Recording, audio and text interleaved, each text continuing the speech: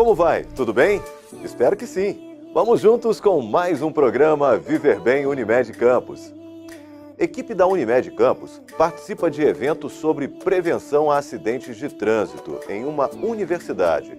Em nossa sala de entrevistas, vamos bater um papo sobre o Novembro Azul, mês de prevenção ao câncer de próstata. No quadro Coma Bem e Viva Melhor, mais uma receita de salada de repolhos agridoce. O Viver Bem Unimed Campos começa agora. O Instituto Nacional do Câncer, INCA, estima que vamos fechar o ano de 2018 com mais 68 mil casos novos de câncer de próstata. Para abordar o tema, estamos recebendo o médico urologista Francis Cury e o nosso consultor de saúde, o Dr. Paulo Irano. Dr. Paulo Irano, o câncer de próstata realmente preocupa, mas a saúde do homem vai além disso, né? Como vai além a saúde da mulher, e a gente está sempre falando sobre a saúde da mulher, o homem sempre fica, ele tem uma restrição maior a buscar os médicos, na verdade, principalmente quando se trata da questão da próstata, quando se trata da questão da sua atividade sexual.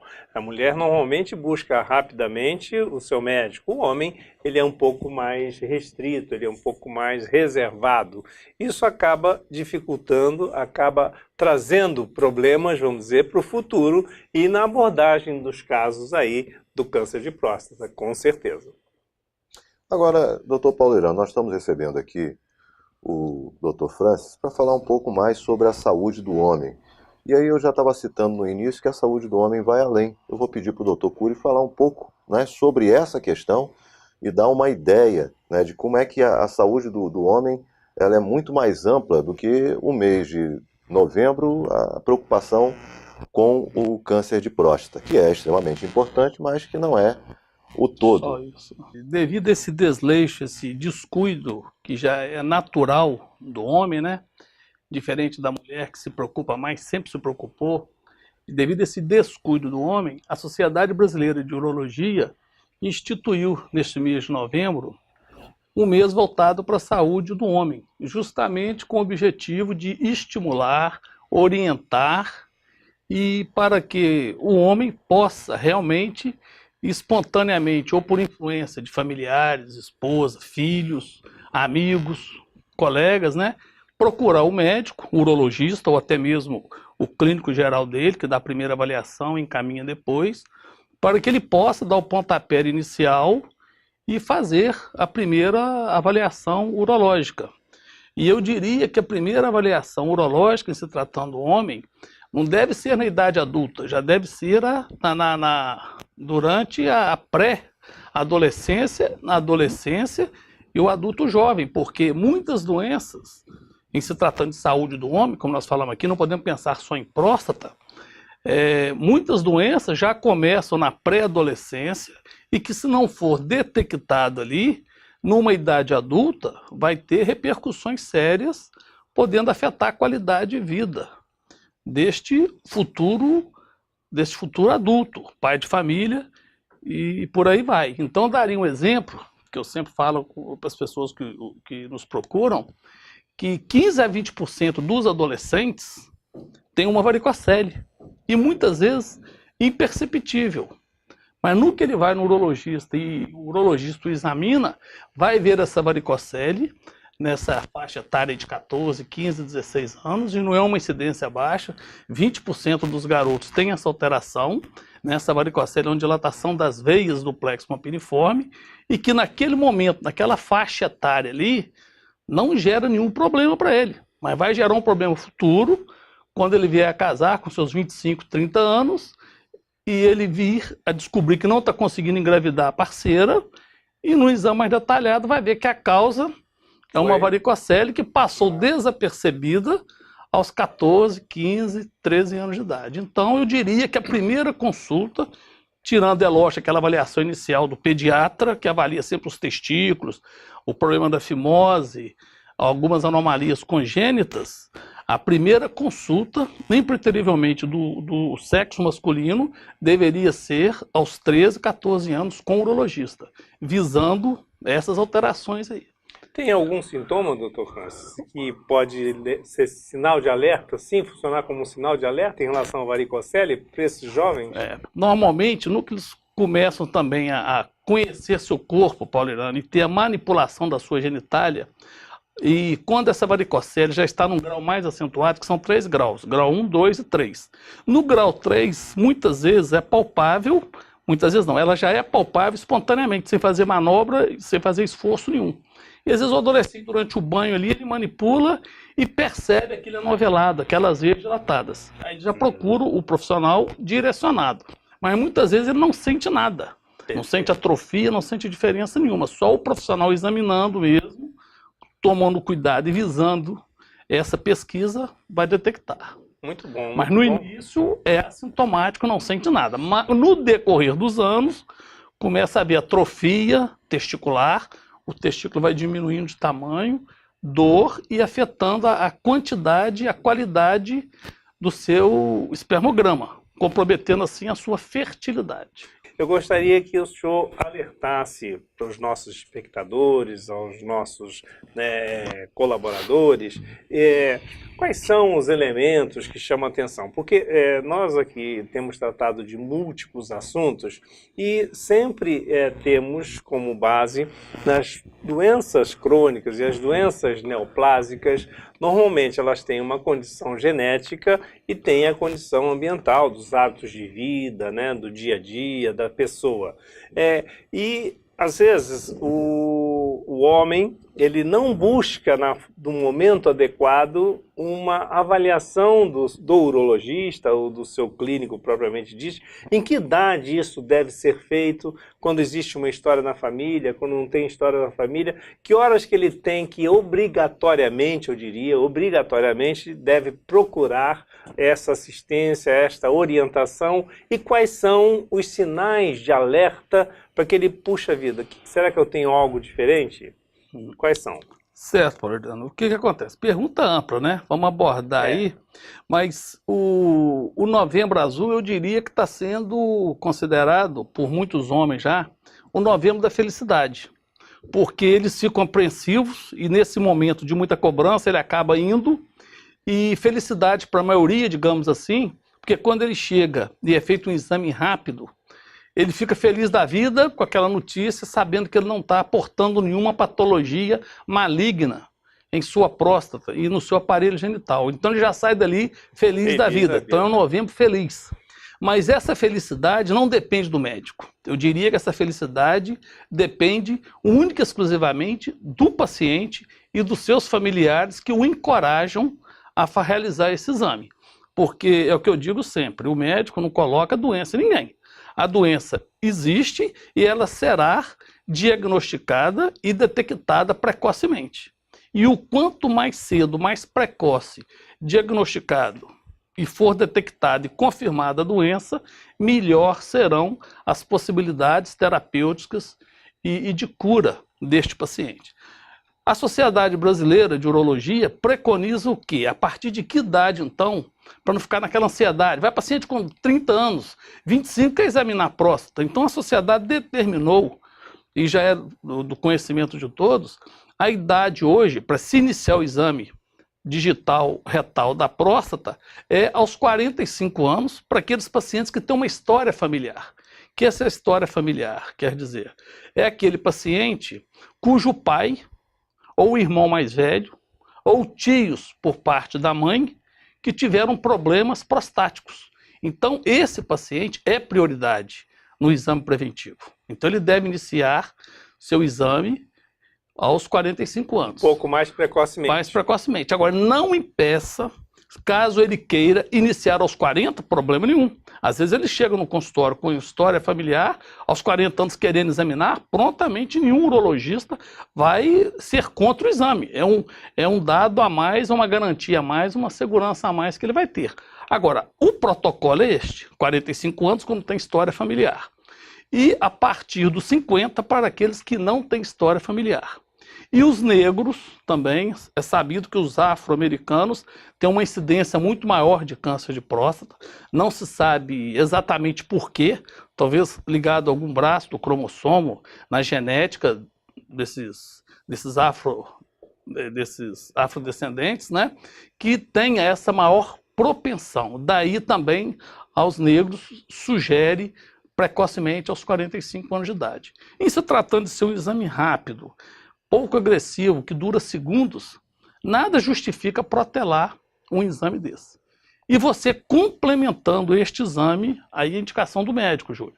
Se ele achar que há necessidade de pedir o PSA para complementar ou não, ele vai pedir o PSA e vai complementar o seu diagnóstico, fazendo assim uma garantia, uma certeza quase que absoluta, em 80%, 90% dos casos, que esse paciente está livre de uma doença maligna da próstata. Identificando e acompanhando esse paciente, em muitas situações esse paciente pode até não vir a óbito por conta desse problema em específico. Ele pode ficar convivendo com a doença assistida.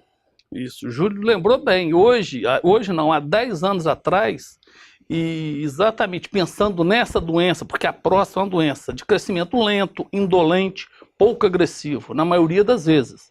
Mas tem, infelizmente, aqueles tumores indiferenciados que são altamente agressivos, mas a maioria, grande parte dos tumores prostáticos são pouco agressivos e indolentes. Aí começou, há 10 anos atrás, no Canadá, exatamente esse assunto aí, a vigilância ativa. Aqueles pacientes que têm um Gleason, que foi submetido a um exame retal, viu que a próstata está pouco alterada ao toque, pouco fibrosa, um pequeno nódulo, fez uma biópsia transretal, confirmou que é um câncer, aí viu que nessa biópsia é um Gleason baixo, 6, um Gleason 7, o máximo é 10. 3 mais 4, 7, ou 3 mais 3, 6, de acordo com esse Gleason, PSA baixo e poucos fragmentos envolvidos com adenocarcinoma, esses pacientes, a escola canadense preconiza vigilância ativa, que você vai acompanhando esse paciente de 6 em 6 meses, até de 4 em 4, e vai esticando isso aí anualmente, evitando, assim, cirurgias ou qualquer tratamento radical em até 30% a 35% dos casos. Mas desde que o paciente tenha o compromisso, né, de voltar regularmente, seguindo as orientações do profissional, para não perder o resgate terapêutico. Ficar sob uma vigilância continuada, ativa, né? Isso aí. Agora, existem muitas dúvidas, doutor Francis, e por essa situação do homem, de evitar o exame do toque retal e tudo, eu tenho uma pergunta que é muito levada aos consultórios e às pessoas. O senhor fala em PSA. Eu queria que o senhor fizesse aqui uma colocação clara para as pessoas, no sentido de, o PSA substitui o exame? Não substitui? Ele é um complemento? O que fazer? Né? Na verdade, o ideal, o adequado, o certo é fazer um exame local. Agora, muitos querem substituir o PSA. E só uma fala assim para a pessoa entender o que é o PSA e se substitui ou não o exame local. Não substitui. A própria Sociedade Brasileira de Urologia recomenda a associação. O que é a associação? Do toque, o toque retal, associado ao PSA. Aí você vai ter uma garantia estendida de 90%. Alguns pacientes até chegam mesmo com a intenção só de mostrar o PSA, não querendo fazer o toque, mas na hora você conversando, explicando, você convence o paciente, ele também já vai querendo fazer, só que ele faz aquele charmezinho para realmente o médico sendo convicto que é importante, que é preciso, ele vai fazer e sai dali com um sorriso no rosto, feliz da vida e sabendo que só vai fazer novamente daí um ano. Olha a garantia que ele tem, 1 ano para fazer um novo exame, né? Então, o preconizado é a associação dos dois, o toque mais o PSA. E já recebi também em alguns pacientes que já chegam extremamente ansiosos, apavorosos no consultório, já com o PSA pronto. Isso. Ou ele lê o resultado, ou a esposa, ou algum filho lê, PSA alto, vai lá naquela tabelinha, tô com câncer. Relação abaixo de 18%, tô com câncer de próstata, já chega apavorado.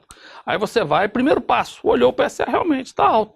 Primeiro passo, toque. Faz o toque, próstata normal. Ou seja, pelo toque não tem nada de câncer. Aí você vai fazer, conversar, vai fazer a anamnese, vai conversar com ele, detalhar mais a história clínica, Paulo Hernani, vai ver que ele tem uma prostatite crônica, ou até uma prostatite aguda, ou ele colheu o exame de forma inadequada, teve ejaculação nas 24 horas. O pessoal fala, não pode ter relação sexual. Relação sexual você pode ter, você não pode ejacular. A ejaculação, a eliminação do esperma é que vai alterar os valores do PSA, porque o PSA é uma glicoproteína produzida pelo tecido prostático. Se você tem a ejaculação antes e faz o exame no dia seguinte, entendeu? Ou fez até o toque retal e colhe o exame no dia seguinte, ou andou muito de bicicleta, ou fez alguma manipulação uretral, fez uma cistoscopia ou fez um cateterismo vesical, esse paciente tem uns prazos de 72, 21 dias, 30 para fazer a coleta do PSA para não dar o resultado falso positivo.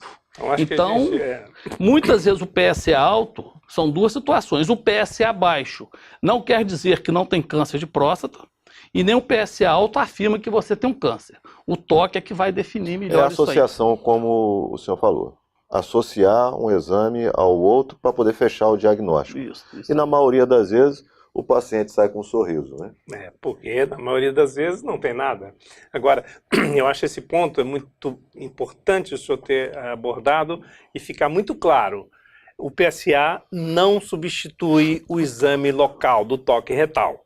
Ele é um complemento, eu diria, um exame acessório, complementar, quando o toque retal mostra alguma coisa, porque muitas das vezes o PSA pode estar elevado independentemente de ser câncer. Isso. Como disse, uma inflamação na próstata, uma manipulação, um exame anterior. Então isso tudo tem que ficar bem claro, porque muitos hoje se enganam achando que fiz o PSA, está normal. Não, tem que fazer o exame local. Acho que esse é um grande recado, doutor Francis. Isso. Muito bom. Só para concluir só um pouquinho, em relação ao PSA aí, os pacientes, às vezes, hoje, tem laboratórios que hoje, com essa divulgação toda, o paciente já chega com o exame de sangue pronto. PSA total, PSA livre e a relação. É jogar dinheiro fora. O primeiro passo é fazer o PSA total. O PSA livre e a relação só vai ter valor se o PSA total estiver acima de 2,5. Se o PSA total estiver abaixo de 2,5, você faz o livre, faz a relação, na maioria das vezes vai dar abaixo de 18%.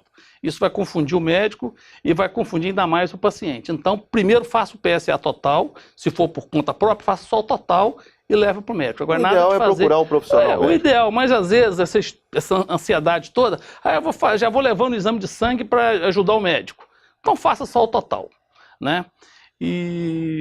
Porque ele já vai chegar lá, vai fazer o toque, vai fazer o exame e vai sair já com o diagnóstico certo do que ele tem. Se vai precisar de algum exame mais, algum outro exame mais para complementar, porque tudo aí, o toque, o PSA, são hipóteses, são suspeitas.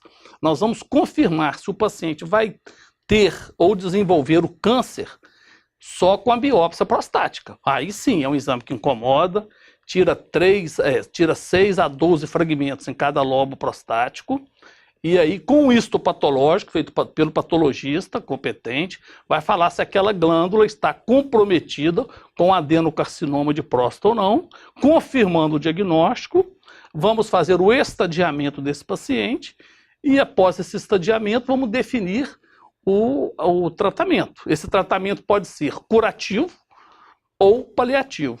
Fazendo o diagnóstico precoce, esse tratamento será curativo em 90% a 95% das vezes.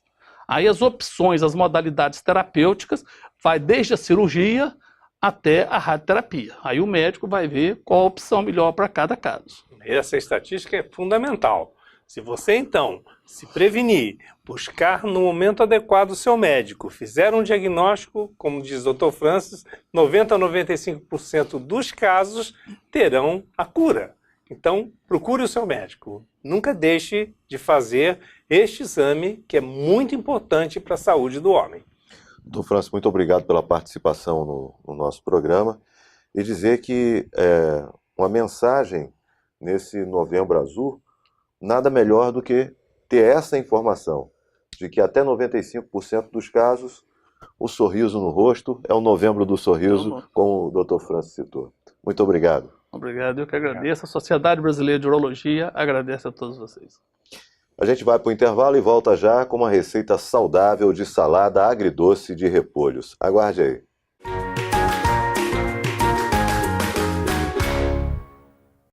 Guarde seus exames antigos. Eles valem muito. Fazer exames exige tempo e é um pouco desconfortável. E se o seu plano tem coparticipação, uma parte do custo é cobrada de você. Guarde todos e leve para o seu médico na próxima consulta. Ele vai avaliar se você precisa de novos exames. Às vezes, os que já fez são suficientes.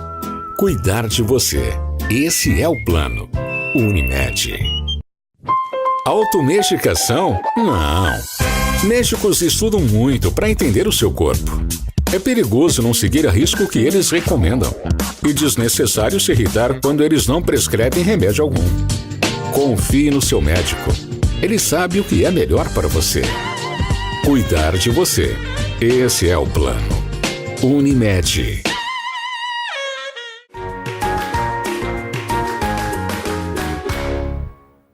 Equipes de diversos setores e programas da Unimed Campos participaram de um evento sobre prevenção a acidentes de trânsito em uma universidade de Campos. Confira o resumo. O Fórum de Mobilização para a Prevenção de Acidentes com Moto reuniu um bom público na Universidade Estácio de Sá no dia 6 de novembro.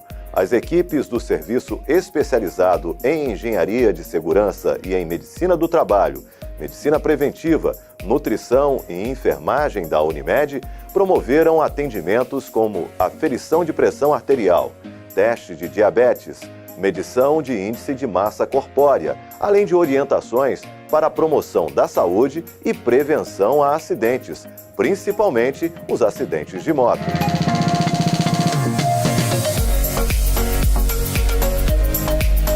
Como nós temos os professores muito envolvidos com essa dinâmica, a maioria dos nossos professores trabalham na área e percebem essa necessidade, então querem tanto para preparar os nossos alunos, para esse possível paciente que ele vai atender no futuro, então conhecer esse tipo de tratamento que vai ser feito, no caso de fraturas principalmente, e o principal de tudo, trabalhar a conscientização da população, porque isso é o que a gente acredita, Então, quando a gente fala de saúde, nós entendemos que a atenção primária, que a prevenção é a que deve ser mais realmente investida.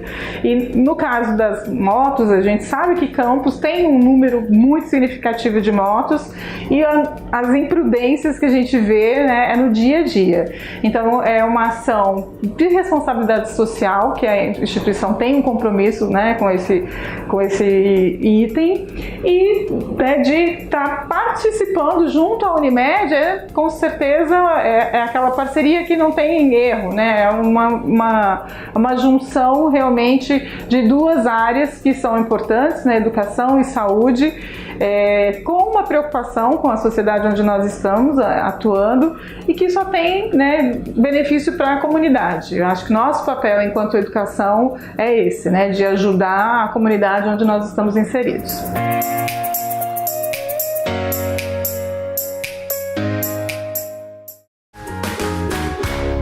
Salada agridoce de repolhos. Essa é a nossa receita da semana. Confira!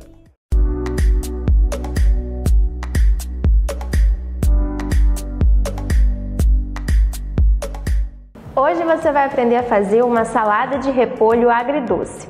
Nessa receita nós vamos utilizar tanto o repolho verde quanto o repolho roxo.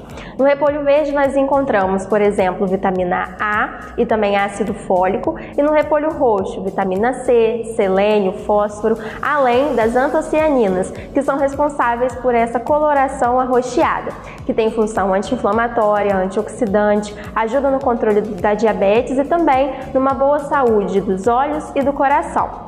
Para essa receita nós vamos precisar de 200 gramas de repolho verde, 100 gramas de repolho roxo e, além disso, uma xícara de cenoura ralada, uma maçã ralada, meia xícara de cebolinha picada e para o molho agridoce nós vamos utilizar 2 potes de iogurte sem sabor e sem estar adoçado, suco de 1 limão, 2 colheres de sopa de mel, 1 colher de chá de mostarda e sal a gosto. O primeiro passo para essa receita é nós misturarmos os 2 repolhos, a cenoura e a maçã em um bowl.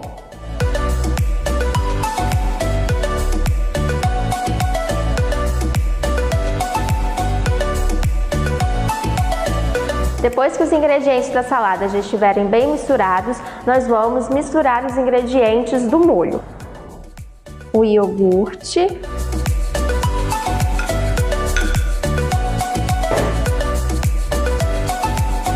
o suco de limão, o mel,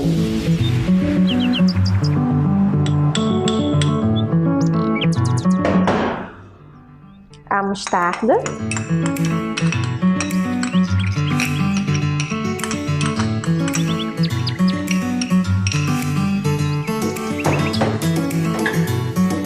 e o sal.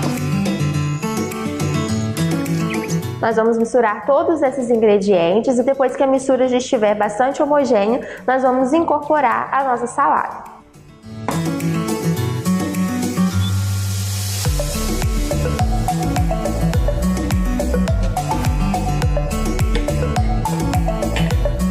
Aos poucos nós vamos adicionando e misturando bem, até que todo o molho seja despejado.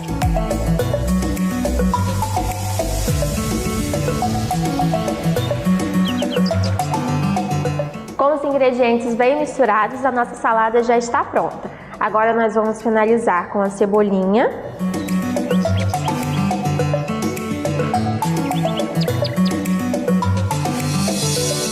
E ela já está pronta para ser servida.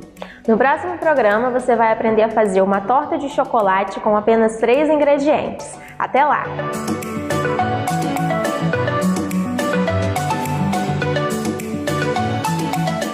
Chegamos ao final de mais um programa Viver Bem Unimed Campos. Você confere todos os domingos às 4 da tarde uma edição inédita na Plena TV e pode ver todos os programas que nós temos em nosso canal no YouTube, Unimed Campos RJ. A gente se vê!